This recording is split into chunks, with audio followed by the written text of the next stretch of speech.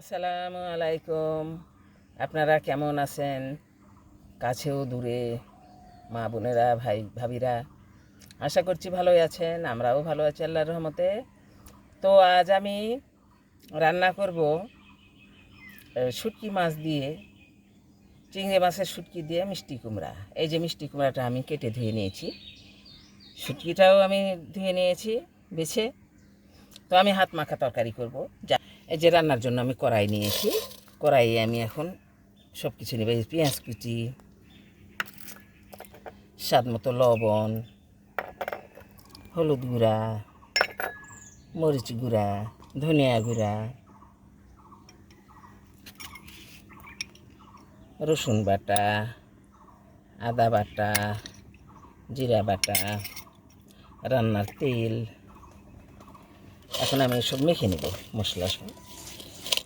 মশলা এখন আমি মেখে নিচ্ছি। প্রথমেই মশলাটাকে এক্সট্রাভাবে মেখে নিচ্ছি। তারপর এই শুটকি মাছ, চিংড়ি মাছের শুটকি দিয়ে নিলাম, এটার সঙ্গে মেখে নেব।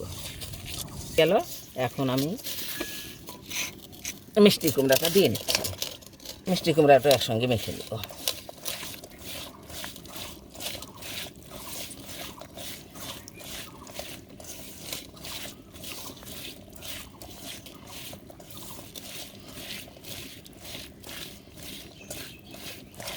মাছ, শুটকি মাছ এবং তরকারি মাখানো হয়ে গেছে। এখন আমি পানি দিয়ে নিচ্ছি। মাখানো হয়ে গেছে, পরিমাণ মতো পানিও দিয়ে নিলাম। এখন আমি ঢেকে দিব। ঢেকে দিয়ে চুলায় উঠিয়ে দিব এবং অল্প আঁচে ধীরে ধীরে রান্না করব। এই যে শুটকি মিষ্টি কুমড়ার তরকারিটা আমি চুলায় উঠিয়ে দিলাম। এখন ঢেকে দিব এবং অল্প আঁচে ধীরে ধীরে রান্না করব। বলক এসেছে, এখন আমি একটু নেড়ে চেড়ে দিব। পরে শুকিয়ে গেলে তো সিদ্ধ হয়ে গেলে আর নাড়াচাড়া যাবে না, তখন ভেঙে যাবে সব কিছু, তরকারির সৌন্দর্য নষ্ট হয়ে যাবে। কাজেই এখন একটু নেড়ে চেড়ে দিলাম, আবার ঢেকে দিব। এটা আমার প্রায় হয়েই এসেছে। তো ঝোল দেখা যাচ্ছে, এই ঝোলটা আমি শুকিয়ে ফেলবো। একেবারে তলায় কিচ্ছু থাকবে না, শুকিয়ে ফেলবো। এবং ওর পূর্বে আবার চারিদিক দিয়ে একটু তেল দিয়ে দিব।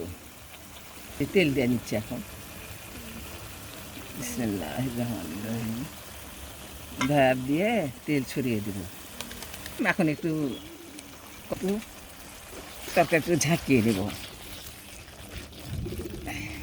এখন একটু গুছিয়ে দেবো চারদিক থেকে। দেখেন তেল উপরে ভেসে এসেছে। আপনার ইচ্ছা করলে এভাবে রান্না করতে পারেন, ভালো লাগবে। এখানে আমাদের ভিডিও শেষ করছি। আপনারা সবাই ভালো থাকবেন, সুস্থ থাকবেন। আল্লাহ হাফিজ।